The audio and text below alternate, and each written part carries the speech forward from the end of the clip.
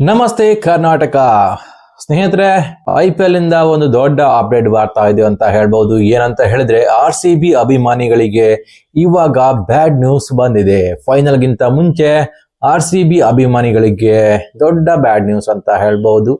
ಅದೇನಂತ ಹೇಳಿದ್ರೆ RCB ತನ್ನ ಹೋಮ್ ಗ್ರೌಂಡ್ ಆದ ಎಂ ಚಿನ್ನಸ್ವಾಮಿ ಕ್ರೀಡಾಂಗಣದಲ್ಲಿ ಹಿಂದಿನ ಬಾರಿ ನಡೆದಂತಹ ಸ್ಟ್ಯಾಂಪೇಡ್ ಪ್ರಕರಣ ಏನಿದೆ ಅದನ್ನು ರೀಸನ್ ಆಗಿ ಇಟ್ಕೊಂಡು ಇವಾಗ RCBಗೆ ಬ್ಯಾಡ್ ನ್ಯೂಸ್ ಬಂದಿದೆ ಅಂತ ಹೇಳ್ಬಹುದು. ಯಾಕಂತ ಹೇಳಿದ್ರೆ ಬೆಂಗಳೂರಿನಲ್ಲಿ RCB ಅಭಿಮಾನಿಗಳಿಗೆ ಯಾವುದೇ ರೀತಿಯಂತ ಸೆಲೆಬ್ರೇಷನ್ ಮಾಡೋಕಿಲ್ಲ ಅಂತ ಬೆಂಗಳೂರು ಪೊಲೀಸ್ ಏನಿದೆ ಅದು ಸ್ಟ್ರಿಕ್ಟ್ ಆಗಿ ಅನೌನ್ಸ್ಮೆಂಟ್ ಮಾಡಿದೆ. ಸೊ ಒಂದ್ ವೇಳೆ ಬೆಂಗಳೂರು ವಿನ್ ಆದ್ರೆ, ಒಂದ್ ವೇಳೆ ಅಲ್ಲ ಬೆಂಗಳೂರೇ ವಿನ್ ಆಗೋದು. ಸೊ ಬೆಂಗಳೂರು ವಿನ್ ಆದ್ಮೇಲೆ ಯಾವುದೇ ರೀತಿಯಾದಂತಹ ಸೆಲೆಬ್ರೇಷನ್ ಇಲ್ವಂತೆ. ಸೊ ಹಾಗಂತ ಬೆಂಗಳೂರು ಪೊಲೀಸ್ ತಿಳಿಸಿದೆ.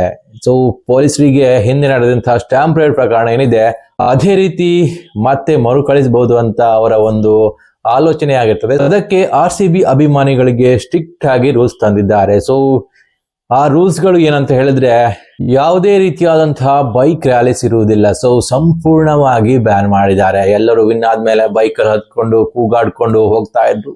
ಸೊ RCB ಅಭಿಮಾನ ಇರ್ತದೆ, ಆದ್ರೆ ಅಭಿಮಾನ ಇರ್ಲಿ, ಜೀವಕ್ಕೆ ತೊಂದರೆ ಆಗೋದು ಬೇಡ ಅಂತ ಒಂದು ಪೊಲೀಸರ ಒಂದು ಕನ್ಸರ್ನ್ ಅಂತ ಹೇಳ್ಬಹುದಾಗಿರ್ತದೆ. ಸೊ ಅವರ ಡ್ಯೂಟಿ ಅವರು ನಿಭಾಯಿಸ್ತಾ ಇದ್ದಾರೆ.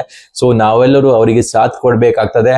ಬೈಕ್ ಸ್ಟಂಟ್ ಮಾಡೋಂಗಿಲ್ಲ ಗುರು, ಹಾಗೇನೆ ಬೈಕ್ ಹಾರ್ನ್ ಕೂಡ ಮಾಡೋಂಗಿಲ್ವಂತೆ. ಸೊ ಹಾರ್ನ್ ಮಾಡ್ತಾ ಇರ್ತಾರೆ, ಬೈಕ್ ವೀಲಿಂಗ್ ಮಾಡ್ತಾರೆ, ವಿನ್ ಆದ ಖುಷಿಲಿ ಏನೇನೋ ಮಾಡ್ತಾರೆ, ಬೈಕ್ ರ್ಯಾಲೀಸ್ ಕೂಡ ಮಾಡ್ತಾರೆ, ಹಾಗೇನೆ ರೋಡ್ ಬ್ಲಾಕ್ ಕೂಡ ಆಗ್ತದೆ. ಸೊ ಇದೆಲ್ಲದಕ್ಕೂ ಕೂಡ ಇವಾಗ ಬ್ಯಾನ್ ಮಾಡಿದ್ದಾರೆ. ಸೊ ಈ ರೀತಿಯಾದಂತಹ ಸನ್ನಿವೇಶ ಆಗ್ಲೇಬಾರ್ದು. ಒಂದ್ ವೇಳೆ ಆದ್ರೆ ಖಂಡಿತವಾಗಿ ಅವರ ಮೇಲೆ ಕ್ರಮ ಕೈಗೊಳ್ತೇವೆ ಅಂತ ಬೆಂಗಳೂರು ಪೊಲೀಸ್ನವರು ಹೇಳಿದ್ದಾರಂತೆ. ಹಾಗೇನೆ ಪಬ್ಲಿಕ್ ನಲ್ಲಿ ಲೈವ್ ಸ್ಕ್ರೀನ್ ಏನಿದೆ ಅದನ್ನು ಜಾರಿ ಮಾಡುವಂತಿಲ್ಲ, ಆದ್ರೆ ಪರ್ಮಿಷನ್ ಇದ್ರೆ ಮಾಡಬಹುದು. ಒಂದು ವೇಳೆ ಪರ್ಮಿಷನ್ ಇಲ್ಲ ಅಂತ ಹೇಳಿದ್ರೆ ಲೈವ್ ಸ್ಕ್ರೀನ್ ಮಾಡೋಕೆ ಇಲ್ಲ ಅಂತೆ. ಸೊ ಇದು ಬೆಂಗಳೂರು ಪೊಲೀಸ್ನವರ ಆದೇಶ ಆಗಿರ್ತದೆ. ಸೊ ಒಂದು ವೇಳೆ ಪಬ್ಲಿಕ್ ನೋಡುವ ಹಾಗೆ ಯಾವುದೇ ರೀತಿಯಾದಂತಹ ಲೈವ್ ಸ್ಕ್ರೀನ್ ಇರೋಂಗಿಲ್ಲ. ಸೊ ಇದು ಕಂಪ್ಲೀಟ್ ಆಗಿ ಬ್ಯಾನ್ ಆಗಿದೆ. ಸೊ ಏನಿದ್ರು ಒಳಗಡೆ ಮಾತ್ರ ಇರಬೇಕು, ಹೊರಗಡೆ ಪಬ್ಲಿಕ್ ಗೆ ತೋರುವಂತೆ ಇರಬಾರ್ದು. ಇದರಿಂದ ಪಬ್ಲಿಕ್ ಜಾಸ್ತಿ ಓಟಾಗ್ತಾರೆ, ಮ್ಯಾಚ್ ನೋಡುವ ಅಂತ ಅಲ್ಲಿ ಜನಸಂದಣಿ ಆಗ್ತದೆ. ಅಲ್ಲಿ ಮತ್ತೇನಾದ್ರೂ ಒಂದು ಅಹಿತಕರ ಘಟನೆ ನಡೀಬಹುದು ಅಂತ ಪೊಲೀಸರು ಈ ಕ್ರಮ ಕೈಗೊಂಡಿದ್ದಾರೆ ಅಂತ ಹೇಳ್ಬಹುದು. ಇನ್ನು ಮೇನ್ ಆಗಿ ನೋಡೋದಾದ್ರೆ ಪಟಾಕಿ ಹಚ್ಚಂಗಿಲ್ಲ ಗುರು. ಯಾವ್ದೇ ದುಡ್ಡಾಗ್ಲಿ ಪಟಾಕಿ ಹಚ್ತೇವೆ ಅಂತಿರುವವರು ಇವಾಗ ಇದನ್ನು ತುಂಬಾನೇ ಯೋಚನೆ ಮಾಡಿ ಹಚ್ಬೇಕಾಗ್ತದೆ ಅಂತ ಅನಿಸ್ತಾ ಇದೆ.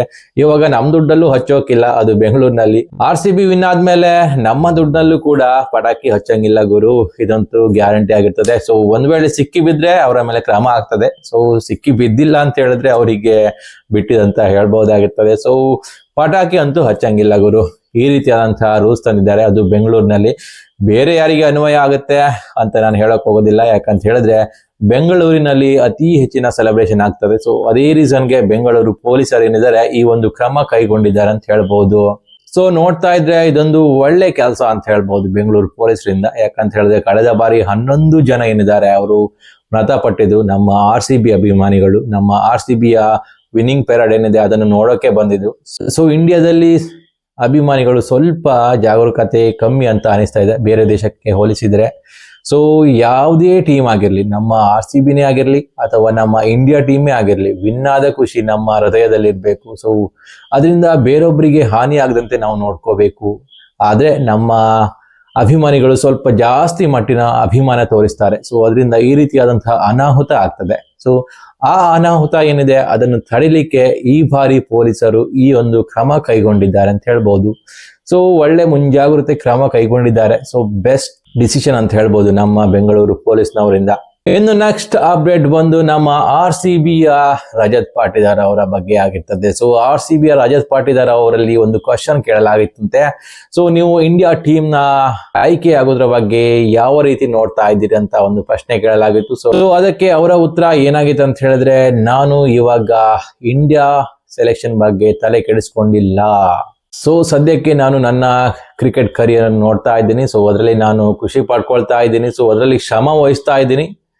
ಸೊ ಚಾನ್ಸ್ ಸಿಕ್ಕಿದ್ರೆ ಆಡ್ತೇನೆ. ಸೊ ಅದಕ್ಕಾಗಿ ನಾನು ತಲೆ ಕೆಡಿಸ್ಕೊಂಡಿಲ್ಲ ಅಂತ ಅವ್ರು ಹೇಳಿದ್ದಾರೆ. ಸೊ ಅವರ ಒಂದು ಹೇಳಿಕೆ ಅರ್ಥ ಇದೇ ಆಗಿರ್ತದೆ. ಸೊ ಇಂಡಿಯಾಕ್ಕೆ ಆಡೋಕೆ ಸಿಕ್ಕಿದ್ರೆ ಖಂಡಿತವಾಗಿಯೂ ಆಟ ಆಡ್ತಾರೆ, ಆದ್ರೆ ಅದರ ಬಗ್ಗೆ ತಲೆ ಕೆಡಿಸ್ಕೊಂಡು ಕೂರೋದಿಲ್ಲ. ನನ್ನ ಸೆಲೆಕ್ಷನ್ ಯಾವಾಗ ಆಗ್ತದೆ ಅಂತ ನಾನು ತಲೆ ಕೆಡಿಸ್ಕೊಂಡು ಕೂರೋದಿಲ್ಲ ಗುರು ಅಂತ ಅವರು ನೇರವಾಗಿ ಉತ್ತರ ಕೊಟ್ಟಿದ್ದಾರೆ. ಸೊ ಇದರಿಂದ ಒಂದು ಲೆಕ್ಕದಲ್ಲಿ ನೋಡೋದಾದ್ರೆ ಸೆಲೆಕ್ಟರ್ಸ್ಗೆ ಕಪಾಳ ಮೋಕ್ಷ ಮಾಡಿದಂತಿತ್ತು ಅವರ ಉತ್ತರ.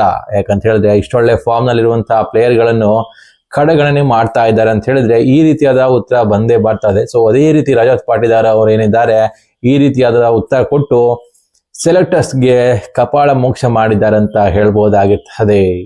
ಇನ್ನು ನೆಕ್ಸ್ಟ್ ಅಪ್ಡೇಟ್ ಬಂದು ವೈಭವ್ ಸೂರ್ಯವಂಶಿ. ಎಲ್ಲಿ ನೋಡಿದರಲ್ಲಿ ವೈಭವ್ ಸೂರ್ಯವಂಶಿ. ಹೌದು, ಇವಾಗ ಟ್ರೆಂಡ್ ನಲ್ಲಿರುವುದು ವೈಭವ್ ಸೂರ್ಯವಂಶಿ ಮಾತ್ರ ಆಗಿರ್ತಾರೆ. ಯಾಕಂತ ಹೇಳಿದ್ರೆ IPL ನಲ್ಲಿ 700+ ರನ್ ಕೂಡ ಮಾಡಿದ್ದಾರೆ. ಯಂಗೆಸ್ಟ್ ಬ್ಯಾಟರ್ ಕೂಡ ಅನಿಸಿಕೊಂಡಿದ್ದಾರೆ. 700 ರನ್ ಮಾಡಿದಂತಹ ಅತಿ ಕಿರಿಯ ಆಟಗಾರರಾಗಿದ್ದಾರೆ. ಹಾಗೇನೆ IPL ನಲ್ಲಿ ಅತಿ ವೇಗದ 1000 ರನ್ ಕೂಡ ಪೂರ್ಣ ಮಾಡಿದ್ದಾರೆ. ಸೊ ಇಂಡಿಯಾದಲ್ಲಿ ಇವಾಗ ಸದ್ಯಕ್ಕೆ ಟ್ರೆಂಡ್ ನಲ್ಲಿರುವುದು ವೈಭವ್ ಸೂರ್ಯವಂಶಿ. ಇವಾಗ ಒಂದು ದೊಡ್ಡ ನ್ಯೂಸ್ ಬರ್ತಾ ಇದೆ. ಏನಂತ ಹೇಳಿದ್ರೆ ವೈಭವ್ ಸೂರ್ಯವಂಶಿ ಅವರಿಗೆ ಬ್ಯಾಟ್ ಸ್ಪಾನ್ಸರ್ ಸಿಕ್ಕಿದ್ದಾರಂತೆ. ಇದರಿಂದ ಅವರು ಸುಮಾರು 12 ಕೋಟಿಯಷ್ಟು ಹಣ ಗಳಿಸ್ತಾರೆ ಅನ್ನುವಂತ ಅಪ್ಡೇಟ್ ಬರ್ತಾ ಇದೆ. ಯಾವ ಒಂದು ಕಂಪನಿ ಅಂತ ಇನ್ನೂ ಕೂಡ ರಿವೀಲ್ ಆಗಿಲ್ಲ. ಆದ್ರೆ ಈ ರೀತಿಯಾದಂತಹ ಅಪ್ಡೇಟ್ ಬಂದಿರೋದು ಮಾತ್ರ ನಿಜವಾಗಿರ್ತದೆ. ಹಾಗೇನೆ ಒಂದು ಕಂಪನಿ ಇವರ ಸ್ಪಾನ್ಸರ್ಶಿಪ್ಗೋಸ್ಕರ ಬ್ಲ್ಯಾಂಕ್ ಚೆಕ್ ಕೂಡ ನೀಡಿದೆ ಅಂತೆ. ಸೊ ಇವರು ಎಷ್ಟು ಬೇಕಾದ್ರೂ ಬರ್ಕೊಳ್ಳಿ, ನಾವು ನಿಮ್ಗೆ ಸ್ಪಾನ್ಸರ್ ಮಾಡ್ತೇವೆ ಅಂತ ಮುಂದೆ ಬಂದಿದ್ದಾರಂತೆ. ಹಾಗೆ ನೋಡೋದಾದ್ರೆ ವೈಭವ್ ಸೂರ್ಯವಂಶಿ ಏನಿದ್ದಾರೆ ಮೊದಲು SS ನ ಜೊತೆ ಒಂದು ಒಪ್ಪಂದ ಮಾಡಿಕೊಂಡಿದ್ರು. ಸೊ ಅದರಂತೆ ಅವರು 50 ಲಕ್ಷ ಸಂಭಾವನೆ ಪಡಿತಾ ಇದ್ರು. SS ನ ಜೊತೆ ಏನು ಸ್ಪಾನ್ಸರ್ಶಿಪ್ ಮಾಡ್ಕೊಂಡಿದ್ರು ಅದರಂತೆ ಅವರಿಗೆ 50 ಲಕ್ಷ ಸಿಗ್ತಾ ಇತ್ತು. ಬಟ್ ಇವಾಗ 12 ಕೋಟಿಯಷ್ಟು ಹೊಸ ಸ್ಪಾನ್ಸರ್ ಸಿಗ್ತದೆ. ಅಂದ್ರೆ 12 ಕೋಟಿಯಷ್ಟು ದುಡ್ಡು ಜಾಸ್ತಿ ಸಿಗ್ತದೆ. ಹಿಂದಿನ ಒಂದು ಅಮೌಂಟ್ಗೂ ಇವಾಗಿನ ಅಮೌಂಟ್ ನೋಡ್ತಾ ಇದ್ರೆ ಎಲ್ಲೋ ಏನೋ ಅಂತ ಅನಿಸ್ತಾ ಇದೆ. ಅಷ್ಟೊಂದು ದೊಡ್ಡ ಮಟ್ಟದ ಅಮೌಂಟ್ ಇವಾಗ ವೈಭವ್ ಸೂರ್ಯವಂಶಿಯ ಎದುರು ನಿಂತಿದೆ ಅಂತ ಹೇಳ್ಬಹುದು. ಸೊ ಅವರಿಗೆ ಎಲ್ಲ ಸ್ಯಾಲರಿಗಿಂತ ಅತಿ ಹೆಚ್ಚಿನ ಸ್ಯಾಲರಿ ಈ ಒಂದು ಸ್ಪಾನ್ಸರ್ಶಿಪ್ ಇಂದ ಸಿಗ್ತದೆ ಅಂತ ಮೂಲಗಳು ತಿಳಿಸ್ತಾ ಇದ್ದಾವೆ. ತಕ್ಕ ಶ್ರಮಕ್ಕೆ ಸಿಕ್ಕ ಪ್ರತಿಫಲ ಅಂತ ಹೇಳ್ಬಹುದು. ಸೊ ಇದೇ ರೀತಿ ಅವರು ನಮ್ಮ ಇಂಡಿಯಾದಲ್ಲೂ ಕೂಡ ಆಟ ಆಡ್ಲಿ, ಇಂಡಿಯಾಕ್ಕೆ ಅವರ ಬ್ಯಾಟ್ ಇಂದ ಉತ್ತಮ ಕೊಡುಗೆಗಳು ಬರಲಿ ಅಂತ ಹಾರೈಸೋಣ. ಇದು ಇವತ್ತಿನ ಅಪ್ಡೇಟ್ ಆಗಿರ್ತದೆ. ಒಂದು ವೇಳೆ ನಿಮ್ಗೆ ಈ ಮಾಹಿತಿ ಇಷ್ಟ ಆದ್ರೆ ಲೈಕ್ ಮಾಡಿ, ಹಾಗೇನೆ ಸಬ್ಸ್ಕ್ರೈಬ್ ಮಾಡಿ. ನಮಸ್ಕಾರ.